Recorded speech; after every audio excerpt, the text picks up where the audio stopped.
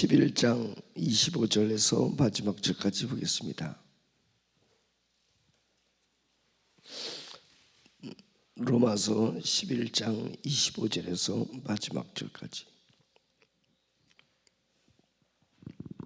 같이 한 목소리를 읽겠습니다. 시작. 형제들아, 너희가 스스로 지혜있다 하면서 이 신비를 너희가 모르기를 내가 원하지 아니하노니, 이 신비는 이방인의 충만한 수가 들어오기까지 이스라엘의 더러는 우둔하게 된 것이라. 그래 온 이스라엘이 구원을 받으리라 기록된 바, 구원자가 시온에서 오사 야곱에게서 경건하지 않은 것을 돌이키시겠고, 내가 그들의 죄를 없이 할 때 그들에게 이루어질 내 언약이 이것이라 함과 같으니라. 복음으로 하면 그들이 너희로 말미암아 원수된 자유, 택하심으로 하면 조상들로 말미암아 사랑을 입은 자라. 하나님의 은사와 부르심에는 후회하심이 없느니라.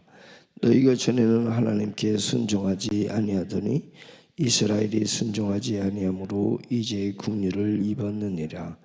이와 같이 이 사람들이 순종하지 아니하니 이는 너희에게 베푸시는 국률로 이제 그들도 국류를 얻게 하려 하심이라. 하나님이 모든 사람을 순종하지 아니하는 가운데 가두어 두심은 모든 사람에게 국류를 베풀려 하심이로다. 깊도다. 하나님이 지혜와 지식의 풍성함이요 그의 판단은 헤아리지 못할 것이며 그의 길은 찾지 못할 것이리로다. 누가 주의 마음을 알았느냐? 너의 주의 모사가 되었느냐? 누가 주께 먼저 드려서 갚으심을 받겠느냐?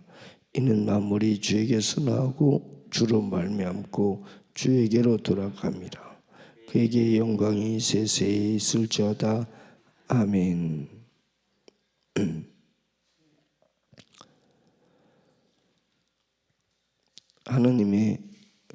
우리가 하나님을 믿고 있다라는 것이 제가 생각해 보니까 세 종류가 있는 것 같습니다. 하나님을 믿는 데는 세 종류가 있는 것 같은데, 첫째는 세 종류일 수도 있고 세 단계일 수도 있겠어요. 첫째는 하나님의 존재가 믿어질 때가 있습니다. 아주 기초적인 거죠. 하나님이 안 계신 줄 알았는데 하나님이 계시구나. 예수 그리스도라는 분이, 예수쟁이들 맨날 예수 하는데 예수님이 계셨던 거구나. 이제 존재가 믿어질 때, 이 몰랐던 그분의 존재를 알게 됐을 때 내 마음속에 느껴지는 이 경이로움이 매우 놀랍습니다. 그리고 이 하나님은 아는 지식에서 끝나는 것이 아니라, 하나님을 알았을 때는 하나님의 영향력이 내게 와요. 그래가지고 막 회개가 일어나기도 하고, 내가 하나님 앞에서 정말 나약하고 불쌍한 존재라는 것, 이제 이런 것들이 막 내게 와닿기 시작을 합니다. 근데 그 믿음이 거기서 머무르는 게 아니라, 그 믿음을 더 갖다 보면 그 믿음이 어디에 이르게 되면 하나님의 성품과 하나님의 속성을 믿기 시작을 해요. 하나님은 매우 나에게 긍휼이 많으신 분이구나, 자비로우신 분이구나. 그 제가 얘기할 때 있잖아요. 하나님은 어느 때는 참 멍청이 같으시구나. 하나님은 매우 순진하시구나. 그러기도 하나님의 영광은 헤아릴 수 없구나. 이제 이런 것이 믿어지기 시작을 해요.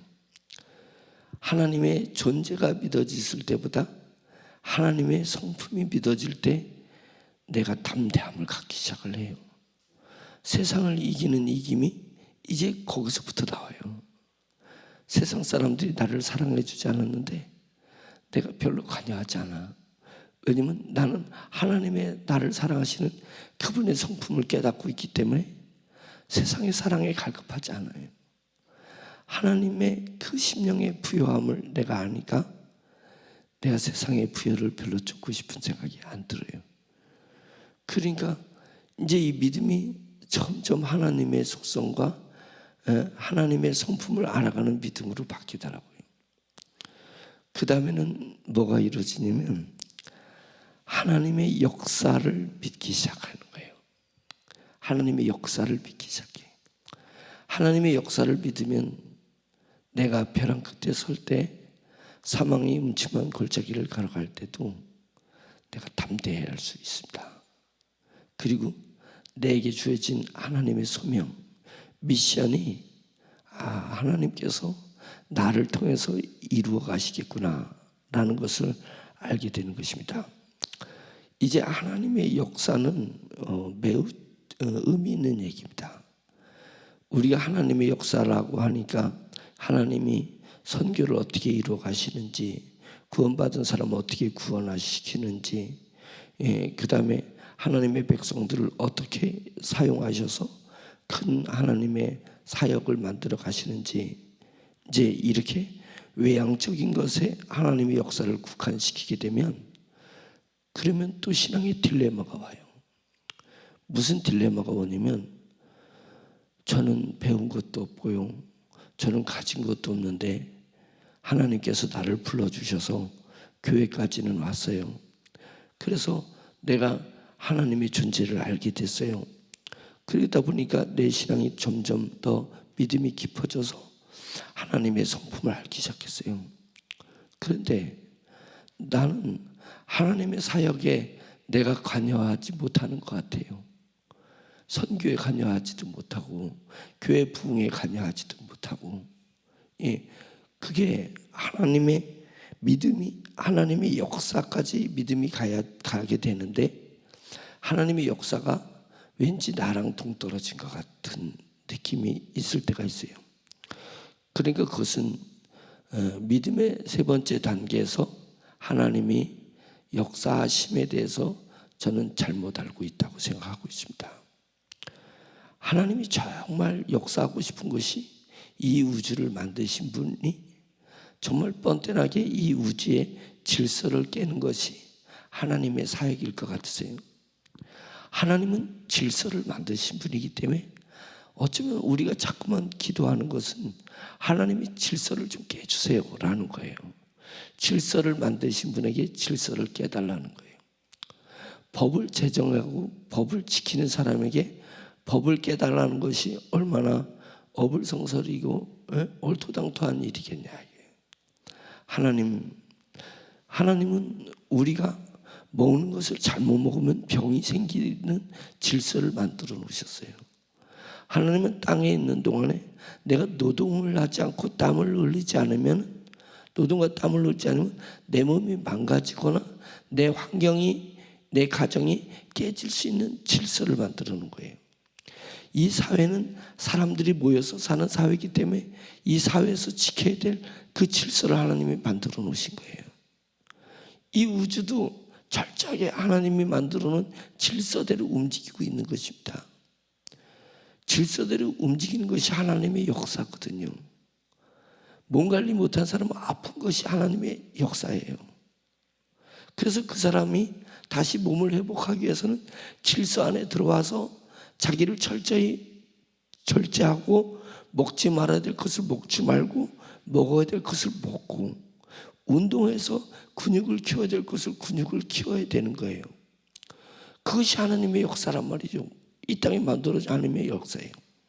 근데 우리는 그 역사는 역사로 생각하지 않고 그 역사를 깨서 아픈 사람이 갑자기 10년 동안에 자기가 잘못된 습관으로 해서 아픈 사람이 하루아침에 하나님의 능력에 의해서 내 병이 치료되는 것을 역사로만 보고 있단 말이에요.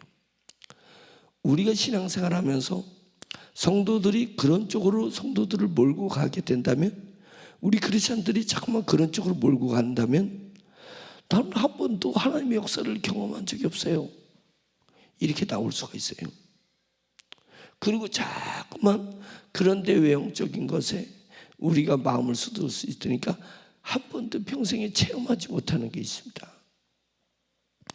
믿음이 하나님의 존재를 안 다음에는 하나님의 성품을 알아가는, 믿어져가는 그런 믿음인 것처럼, 하나님의 역사는 내 속에서 일어나는 하나님의 역사가 있는 것입니다. 그래서 오늘 말씀에 오늘 말씀에 33절이 마음에 와닿습니다. 깊도다 하나님의 지혜와 지식의 풍성함이요. 그러니까 이것을 이렇게 얘기할 수 있습니다.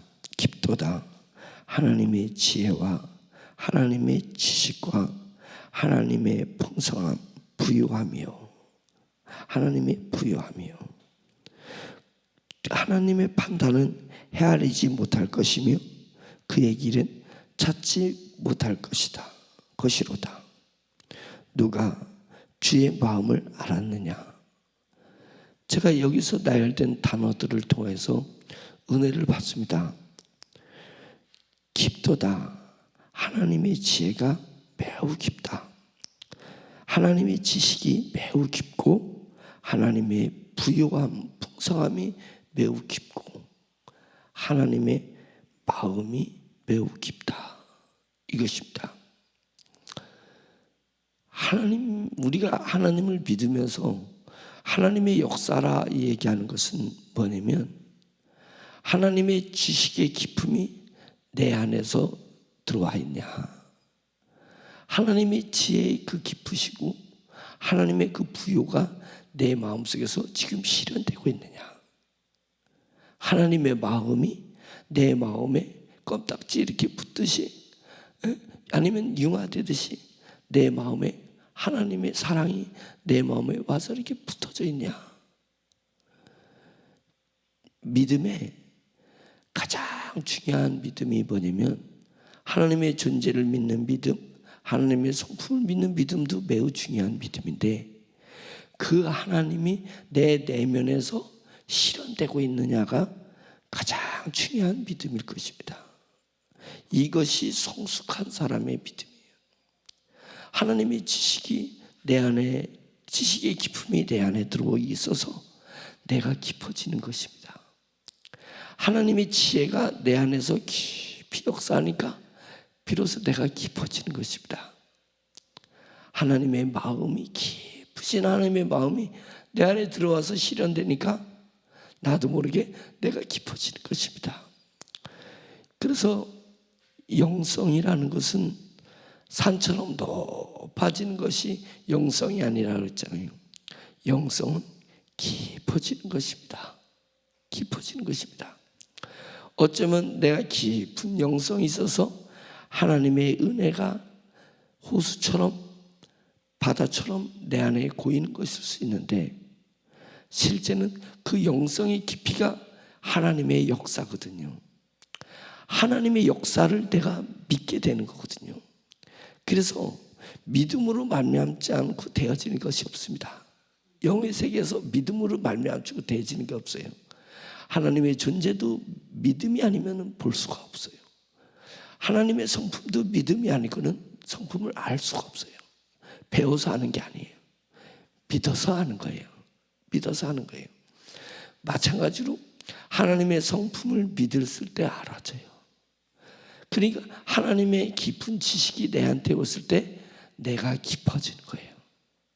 하나님의 깊은 지혜가 내 안에 실현될 때 그만큼 내가 깊어지는 거고 하나님의 깊으신 마음이 내 안에서 믿어질 때 내가 깊은 영성을 갖게 되는 것입니다. 그래서 나를 볼 때마다 신기해.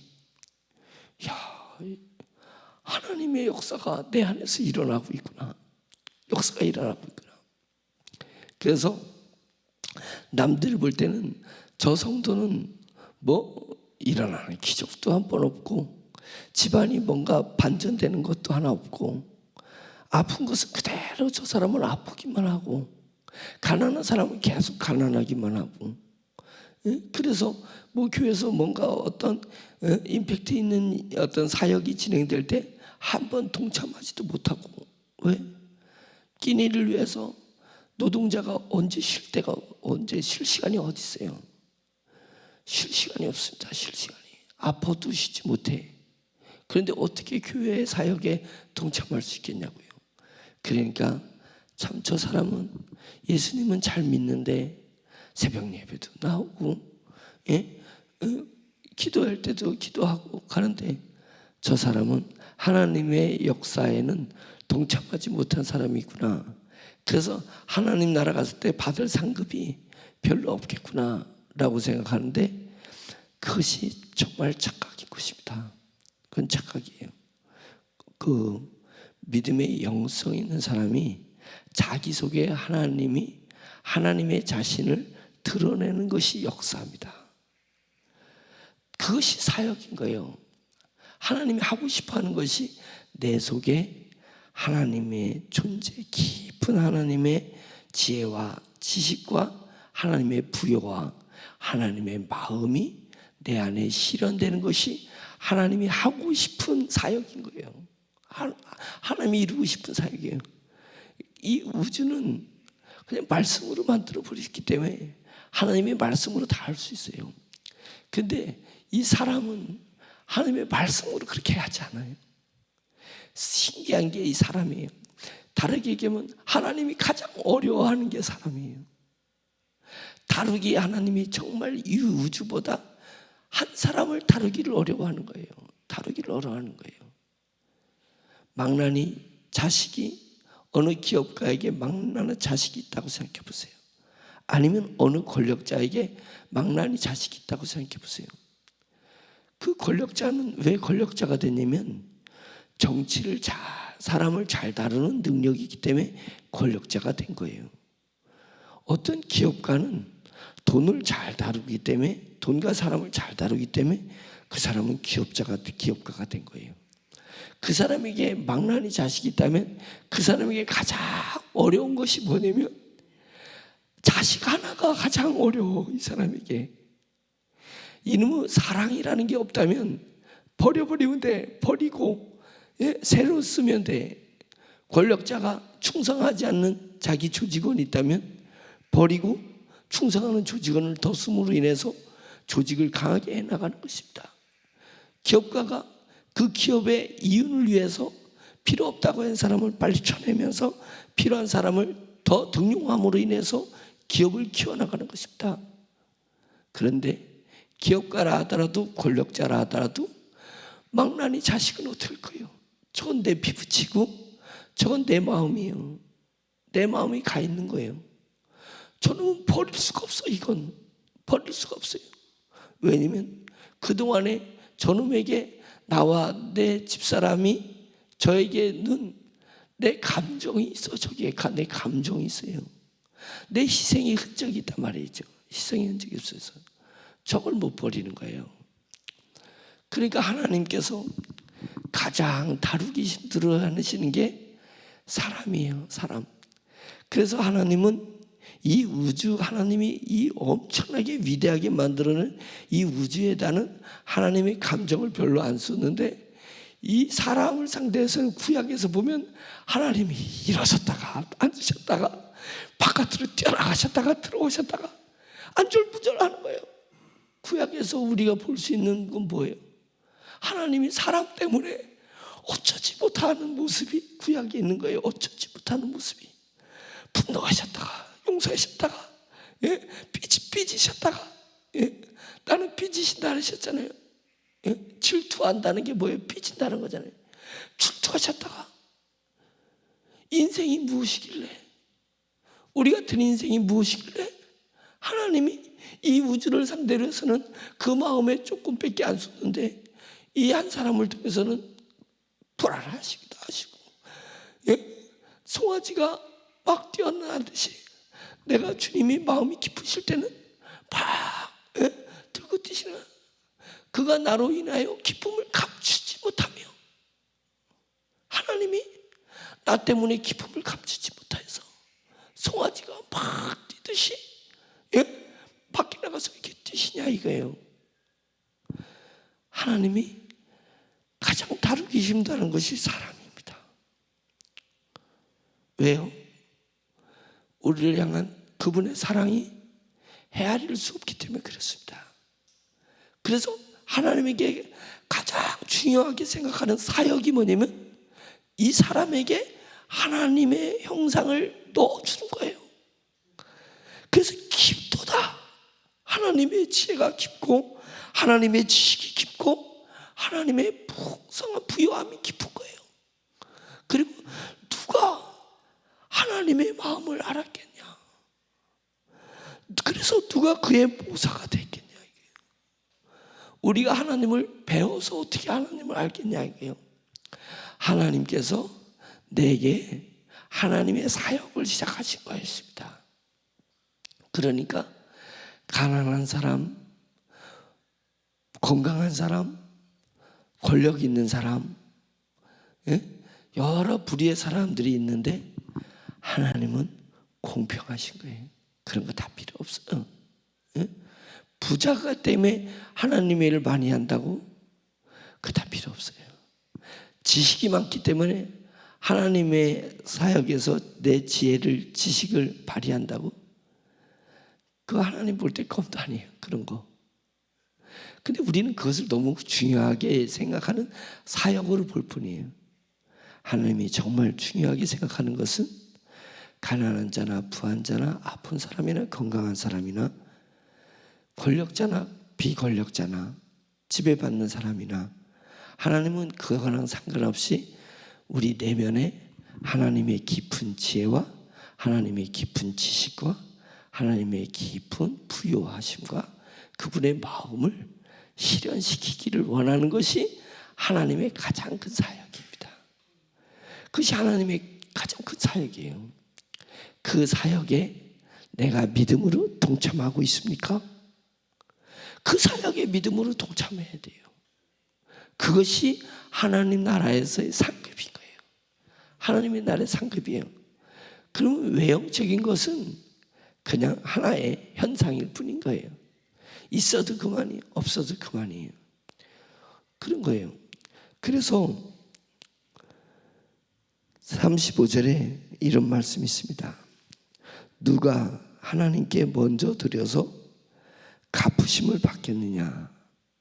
그 얘기는 뭐냐면 누가 먼저 하나님께 사역을 해서 하나님께 은혜를 받겠냐, 축복을 받겠냐, 사랑을 받을 수 있겠냐.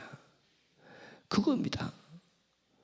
하나님의 것을 내 안에 실현시키기 위해서 어느 누구가 하나님 앞에 먼저 뭔가를 해서 먼저 해서 하겠냐. 그 전에 말씀이 그거 있잖아요. 어제 말씀이 은혜가 은혜되지 못한다. 만일 은혜로 된 것이면 행위로 말미암지 아니함이니. 그렇지 않으면 다르게 하면 우리가 행위로 말미암아 은혜가 된다면 은혜가 은혜되지 못하는 것이다. 하나님의 은혜는 우리의 행위를 동반하지 않습니다. 하나님의 은혜는 전적이고 전폭적인 하나님의 100%의 베푸신 거예요. 하나님의 베푸신 100% 베푸신 사역이라는 겁니다. 사역. 그것입니다. 그래서 누가 주께 먼저 드려서 주께 행위를 먼저 드려서 업적을 먼저 해서 하나님에게서 대가를 받겠냐, 삭스를 받을 수 있는 자가 누가 있겠냐. 하나님 그런 외형적인 거 별로 관심도 없으셔요. 왜? 천사들을 시키면 우리보다 100배 1000배 해버릴 건데, 천군들을 시키면 우리보다 더 잘 싸워버릴 건데, 내가 쉐쉐 해가지고 그냥 귀신을 딱 쫓아냈어요. 그게 뭔 의미가 있어요? 귀신 쫓아낸 게. 내가 병자에게 손을 얹었더니 병자가 났어요. 하나님 볼 때 그게 뭔 의미가 있어요? 천사나 천군들 파견해버리면 알아서 다 해버릴 건데, 알아서. 그 별로 하나님 앞에 감동되지 않습니다. 하나님, 내가 이렇게 하나님의 사역을 많이 했는데요, 교회를, 그런 얘기하는 분 많아요. 교회 개척을 내가 몇 개 했는데요, 교회를 위해서 내가 뭐 했는데, 그게 뭐가 껌이야. 그 껌도 아닌 걸 가지고 뭘 이렇게 생색낼 게 뭐가 있냐고요. 하나님은 그런데 별 관심이 없어요. 하나님은 하나님이 하시는 사역에 관심이 있어요. 내 속에서 내가 이루어진 것입니다. 너희는 믿음으로 화답하라. 가장 큰 우리의 일은 믿음인 거예요. 믿음으로 하나님의 사역을 이뤄나가는 것입니다. 그럼 누가 한 거예요? 하나님이 전적으로 하시는 거지, 내 안에서 하나님이 전적으로 하시는 것을 믿어버려. 그냥 믿으면 돼요.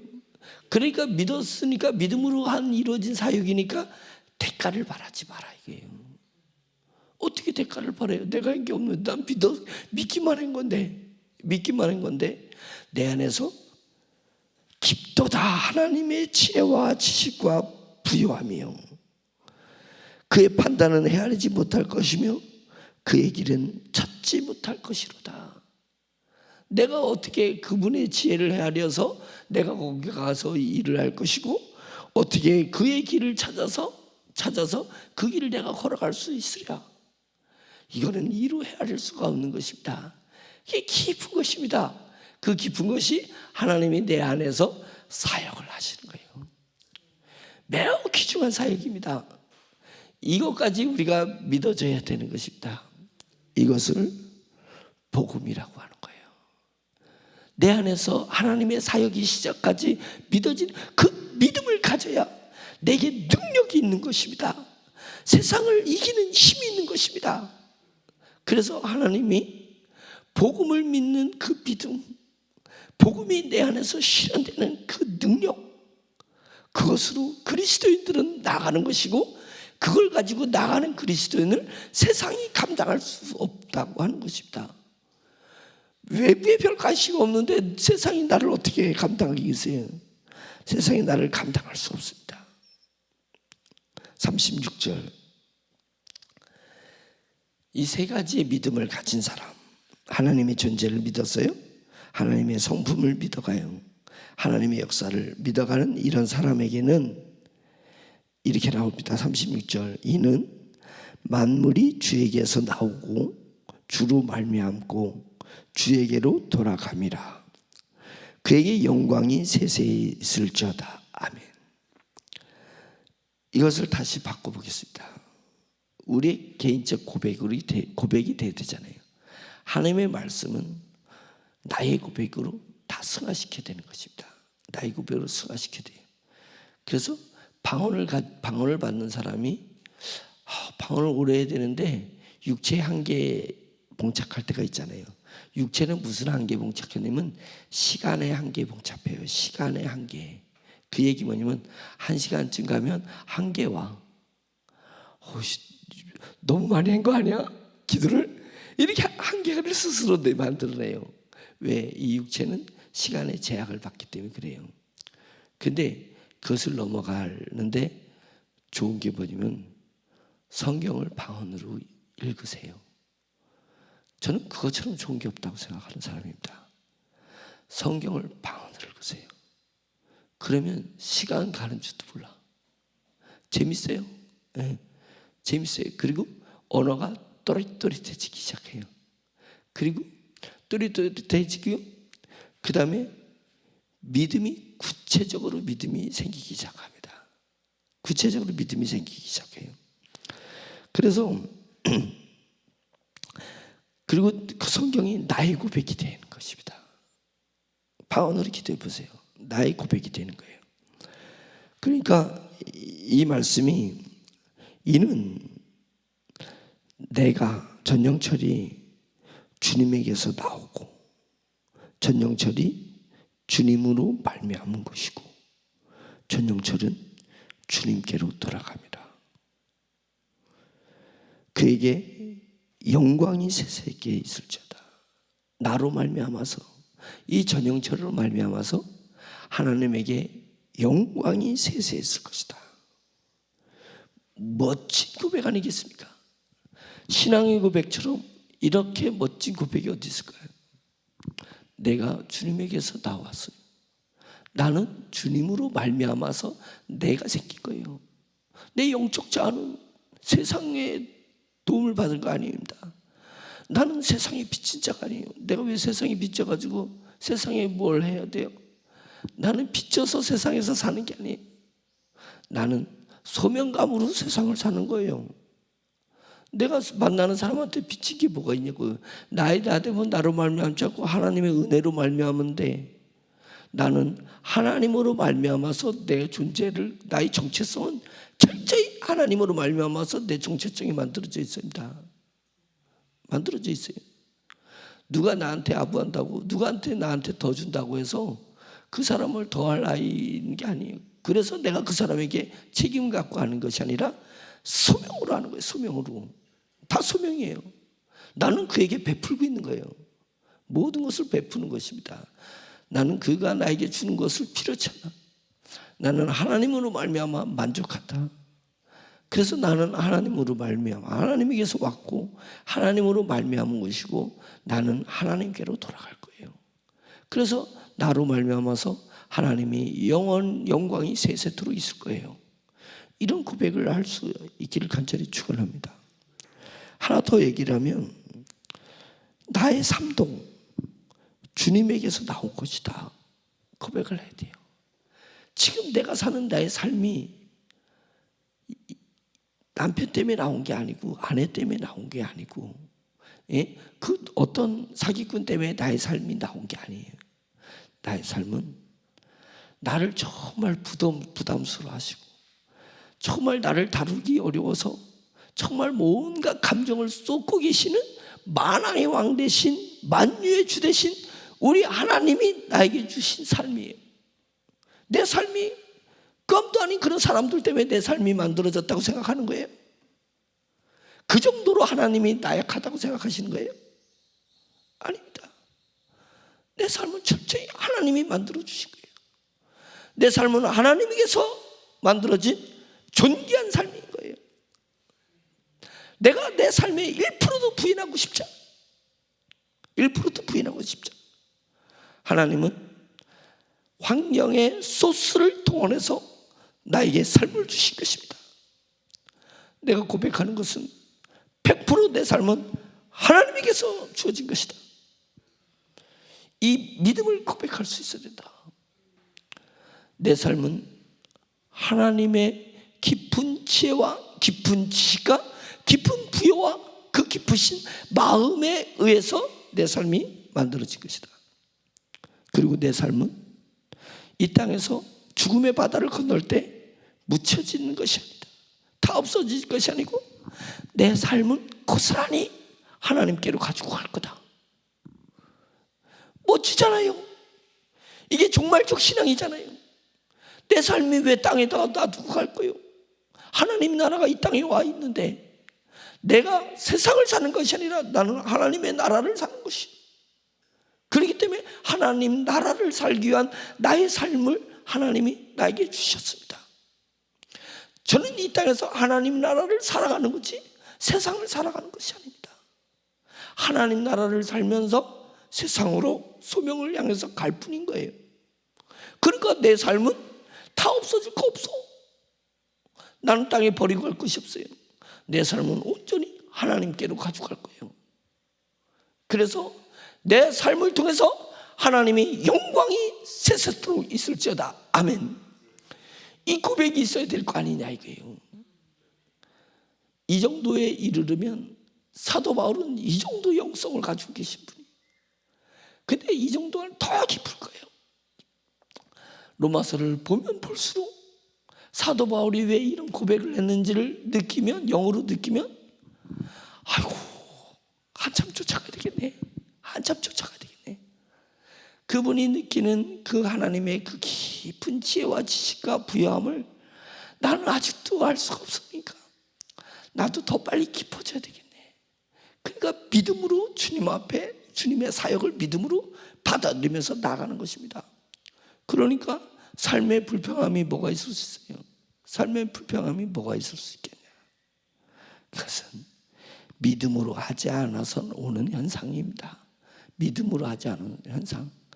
근데 믿음으로 하지 않는 내 삶의 현상을 보이면서도 브레이크를 걸지 못하는 내 영성이 어느 때는 한스러울 때가 있습니다. 한탄스러울 때. 이게 아닌 줄 알면서도 브레이크를 걸지 못하는 나의 약한 이 영성을 어찌하랴. 그것을 가지고 주님 앞에 손들고 회개하는 것입니다. 뭘 회개해요? 뭐 외형적으로 십계명을 어긴 것을 회개해요? 그는 세상에 있는 사람들이 할 일이고, 믿음의 사람은 주여 나의 영성이 약한 것을 용서해 주세요. 그걸 기도하는 거예요. 내 영성이 약하다면, 내 영성이 강했다면 죄를 다스릴 수 있고 사람을 다스릴 수 있고 환경을 다스릴 수 있을 거고 사탄을 다스릴 수 있을 것인데, 내 영성이 약해서 믿음으로 살지 않은 것을 주여 불쌍히 여겨주세요. 저를 불쌍히 여겨주세요. 그래서 하나님께서 나는 제사를 원하지 않고 네가 상한 마음으로 상하다는 것이 빚에 시들려서 상한 것이겠어요? 사람의 수모의 말에 대해서 상한 거겠어요? 그걸 얘기하는 게 아니에요. 그러니까 나는 여기저기 상처받았으니까 상처받은 상한 마음으로 주님 앞에, 그게 아니라 믿음에서, 이 믿음에서 내가 살려고 하는데 영성이 약해서, 내가 영성이 약해서 하나님이 주신 내 삶을 100% 인정하지 않고 삶을 하나님 앞에 100% 가져가지 못하는 내 영성을 주여 불쌍히 여겨주소서 하는 그 상한 마음을 하나님이 받기를 원하신다는 거예요. 영으로 봤을 때 우리가 그런 깊은 영성의 소유자가 됩시다. 저와 여러분들은 한 공간에 있지만 다른 박지라는 경쟁자예요. 경쟁자예요. 내가 박 집사님하고 경쟁자라니까요. 내가 더 깊어져야지, 내가 주님 앞에 더 나가야지, 이현지 쌤보다 내가 더 세야지, 영적으로 센 사람이 돼야지, 큰 사람이 돼야지. 경쟁자라니까요. 경쟁자가 되어서 하나님의 역사가 내 안에 이루어지기를 위해서 우리가 달려갈 길을 달려가는 하나님의 사람들이 될 수 있기를 예수 그리스도의 이름으로 축원드립니다. 진심으로 축원드립니다. 진심으로 축원드립니다. 기도하겠습니다.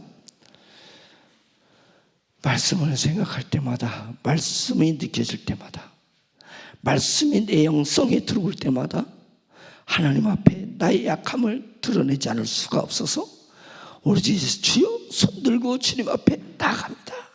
주님의 이름을 크게 외치면서 나갈 수밖에 없습니다. 고백하게 됩니다. 주여 한번 크게 외치고 기도하겠습니다. 주여,